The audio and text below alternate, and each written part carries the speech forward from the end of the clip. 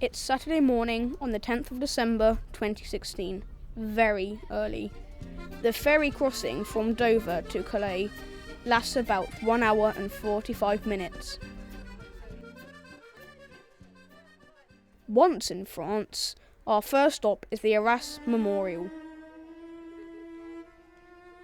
The Arras Memorial was built to remember soldiers from the United Kingdom, South Africa and New Zealand who died between 1916 and 1918.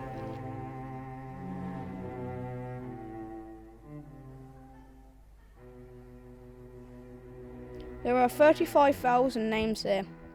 Many soldiers from Suffolk fought here. Arras is now Ipswich's twin town. We are looking for familiar names from Suffolk. At Holbrook Primary, there is a roll of honour remembering the men who served in the First World War.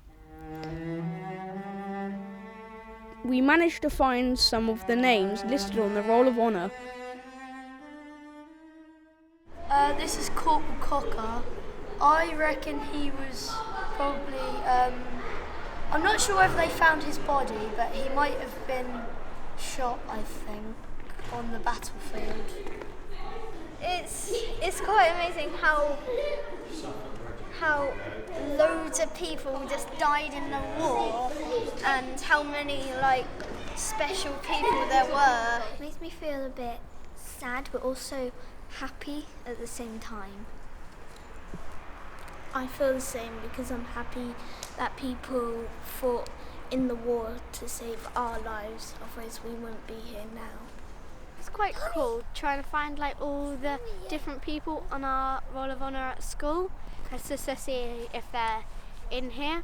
And when you find one, it's very nice to look at how old they are and what their actual name is. You have to think of all those people who died here and that fought for our country, and it makes you remember all those people. How does it make you feel? A bit sad sometimes, but also thoughtful. I think it makes you think of what a good job people did for our European country, and it makes us proud of what they did for us. It's quite amazing how many people have died, really. That's just one world war, and there's still another one to come. It makes me grateful for the people who lost their life to help us, but then also quite sad because they all died. It makes me feel happy and also a bit sad to see this many people have died in the war, but it's quite nice to remember them. It's a good way to remember them. Really, well, there is a reason of war, but I don't know why there has to be war over one little thing and how it gets so big. It's just the world was peaceful.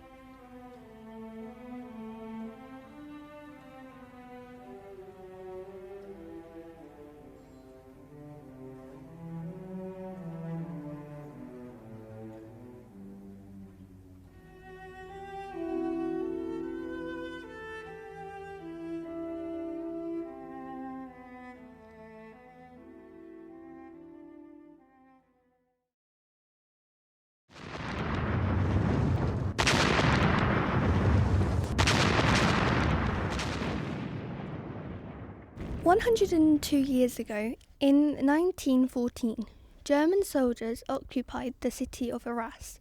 The French took Arras back in 1915 and the British soldiers were then given the job of defending the town.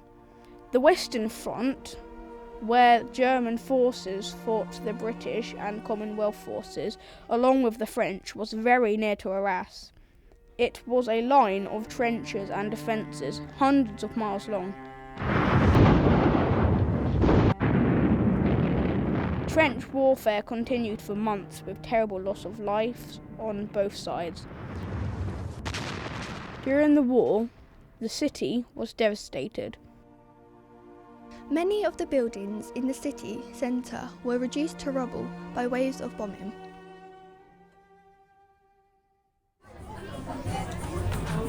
Today, Arras is very different.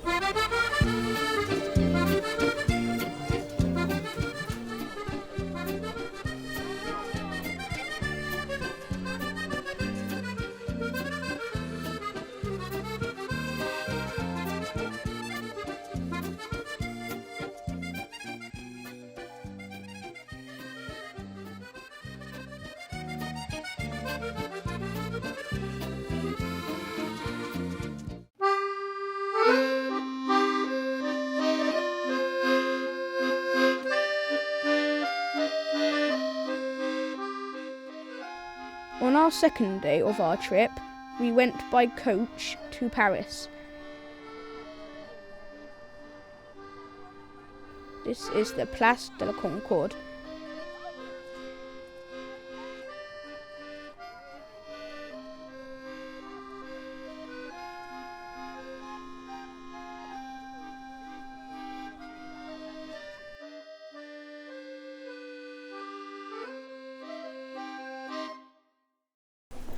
We then went into the Orangerie. It's an art gallery. Inside are the famous water lilies. Painted by Claude Monet. He is an impressionist painter. The paintings are huge and fill the walls of two large oval rooms. There are other famous paintings here too.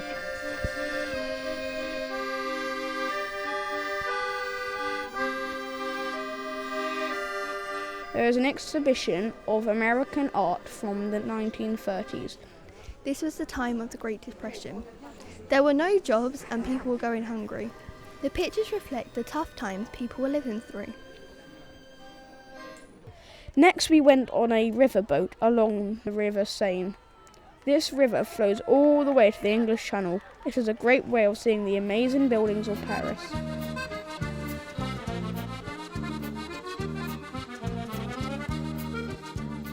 We travelled around the Ile de la Cité, the island of the city, and back towards the Eiffel Tower, which was our next stop. The Eiffel Tower is named after the engineer Gustave Eiffel. It's an amazing construction made out of wrought iron. It's 324 metres tall, but we only went up to the second level, which is nearly halfway up. It was still high enough to get an amazing view of Paris.